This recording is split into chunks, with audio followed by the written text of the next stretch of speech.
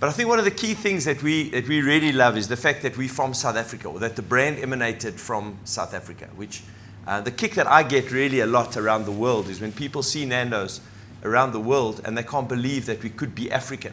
Because to me it shows that South Africa truly can be world class, and you have to operate head to head, toe to toe with the best in the world. And that is in essence what we've tried to do, or in kind of our whole mindset is, how do we be the best in the world? What you have to do is you have to actually do incredible things that we call surprises and delights. Okay, so you have to add a thing called surprise and delight. In other words, never mind that you're competing one-on-one, so you have to have the stock there on time, etc., etc. But there's nothing nicer when a guy opens a little box and a little message pops out from Africa that was totally unexpected. Or you're doing something that really is so unexpected that they slowly start remembering you for. And that's the kind of stuff that you need to do on a global basis. As we get bigger, so we've got to worry about the smaller details. What I love about South Africa, I promise you, the thing I love about South Africa is you got to expect the unexpected. Okay, that's the expected part of living in South Africa. The core, just getting back to like kind of broad strokes when we started out, our broad vision at Nandos was very simple. It was hell of a strategic. We had absolutely no idea what we were doing. We had no idea where we were going. All we knew was a couple of things and that was we wanted to have fun and make money. Okay, and try and get the balance of those two right.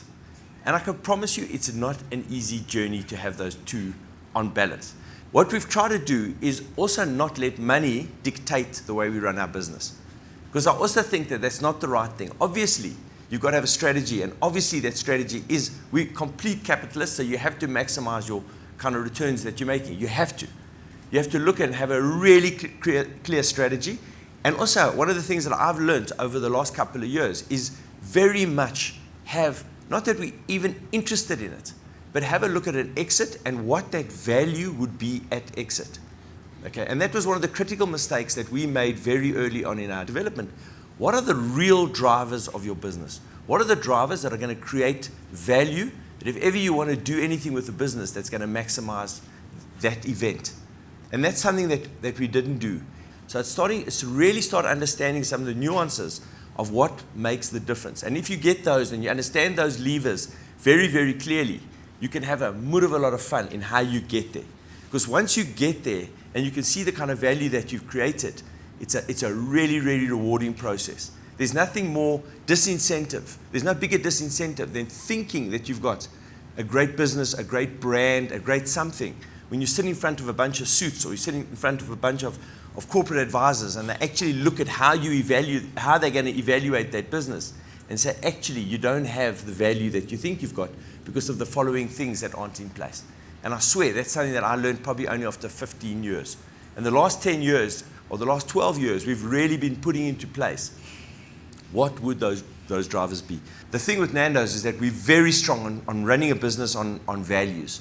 We believe very strongly on running on a business that's seated deeply in values. We've got 5 core values, which is pride, passion, courage, integrity, and family. And the Enthovens shared those values with my family, and I think that's an incredible kind of lesson that I learned. And probably almost lesson number 1 was the value of true partnerships.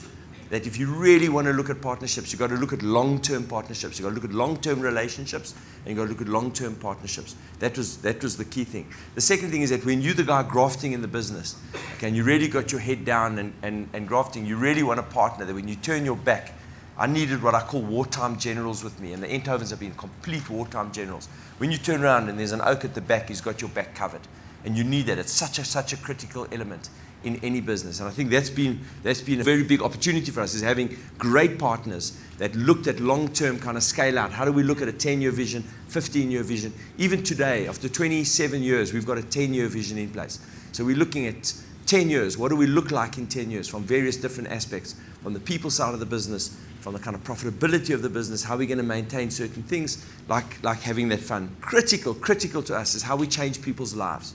It's absolutely critical that we change people's lives in a way, and obviously, as you change people's lives, it's incredible the kind of energy and power that comes back to the organization, or that comes back to whatever you're doing when people are motivated and people have a sense of purpose.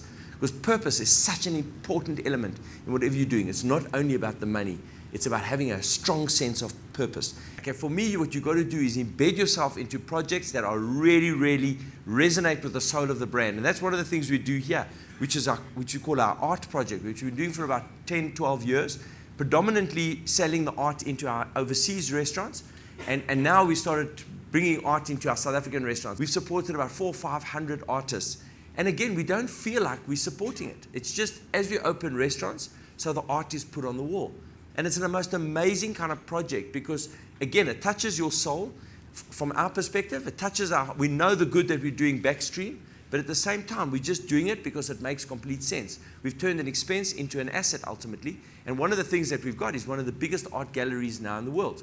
We've got every one of our 1,000 restaurants around the world will have South African art in the next 2 or 3 years. And so having that kind of asset, changing it from an expense to an asset makes complete business sense. So you've got the suits very excited about the potential. Suddenly on the balance sheet, they're starting to say, well, maybe we should look at this as like a kind of asset. And the second part is that we are actually changing the art industry in South Africa and giving them a platform, giving artists a platform to really display their work around the world. We truly are looking at how we can impact people in a very different, in a very creative, in a very fun way.